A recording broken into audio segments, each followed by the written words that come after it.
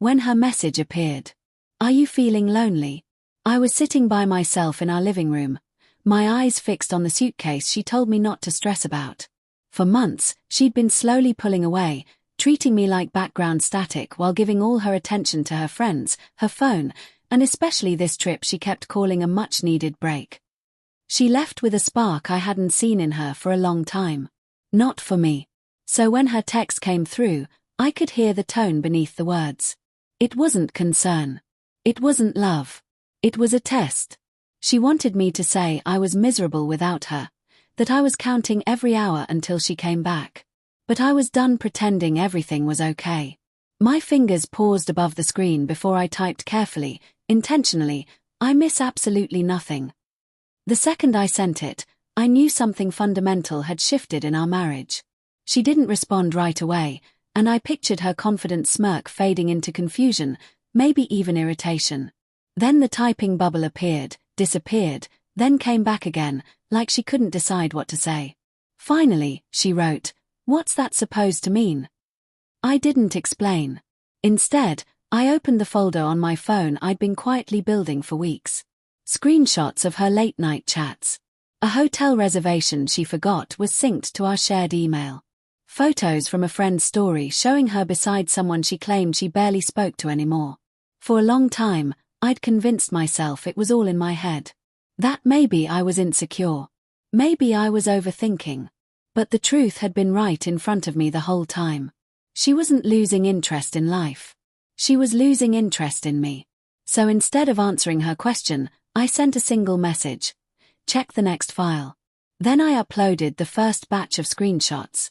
Seconds later, she erupted. Why are you going through my things? This is insane. You're acting paranoid. Her panic didn't come from innocence. It came from being exposed. I sent the second set. The cropped photo where a man's reflection still showed behind her. The dinner receipt for two, timestamped at 11:45 p.m. Then the hotel pool photo her friend posted, where she thought sunglasses would hide everything. Reflections never lie. Her typing stopped instantly. No excuses. No sarcasm. Nothing. So I pushed the truth closer. You can stop pretending. I know who you're really with. The moment she read it, she started calling. I let the phone ring again. And again. And again. The sound echoed through the room like an alarm I'd ignored for far too long. After 7 missed calls, she texted, "Please pick up. You don't understand." But I understood perfectly. She wasn't panicking because she cared about me. She was panicking because her secrets were unraveling faster than she could manage. I sent one final message. "Do you want me to show you what else I know?" Then I attached the hotel lobby security image I'd received anonymously the day before. Someone recognized her. Someone knew me. The image showed her standing far too close to the man she swore she'd blocked months earlier. Her response was instant. "Where did you get this? Who is sending you these?" I didn't reply. Her fear said enough. Another call came through, longer this time, desperate.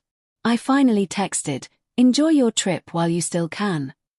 That was when her world broke. "No," she replied immediately. "I'm coming home right now."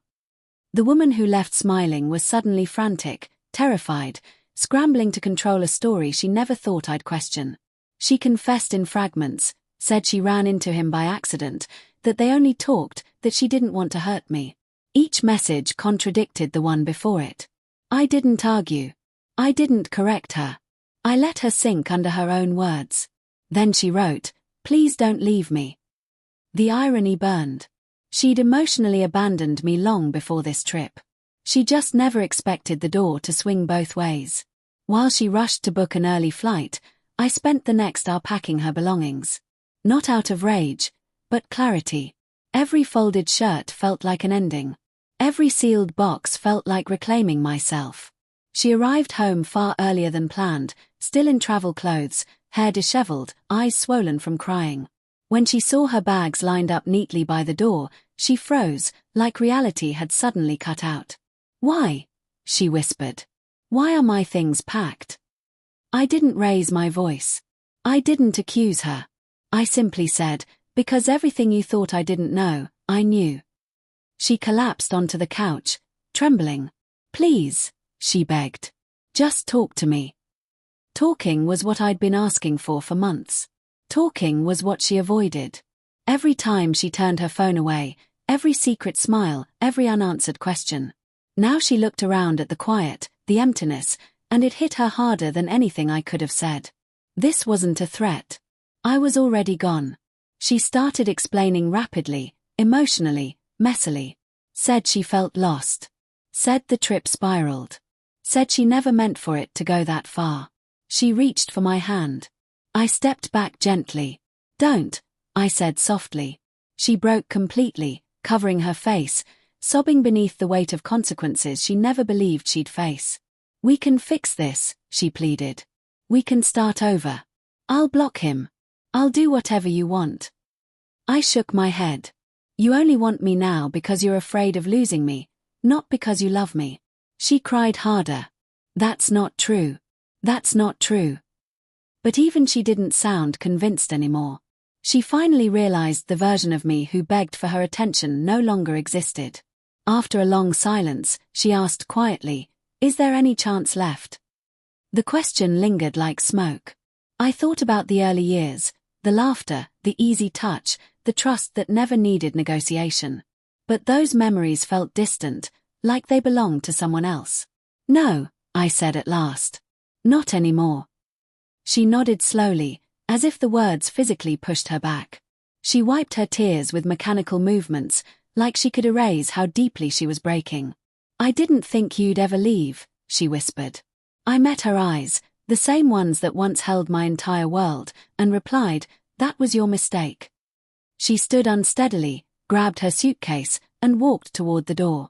Before leaving, she turned back one last time. Her face was pale, drained, stripped of the confidence and carelessness she left with days earlier. I thought you would miss me, she said softly. I didn't respond. I didn't have to.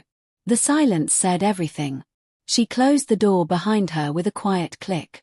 Not the sound of a fight ending, but a marriage ending with truth. I sat back on the couch, letting the calm settle in. Minutes later, my phone buzzed. Her final message, I'm sorry.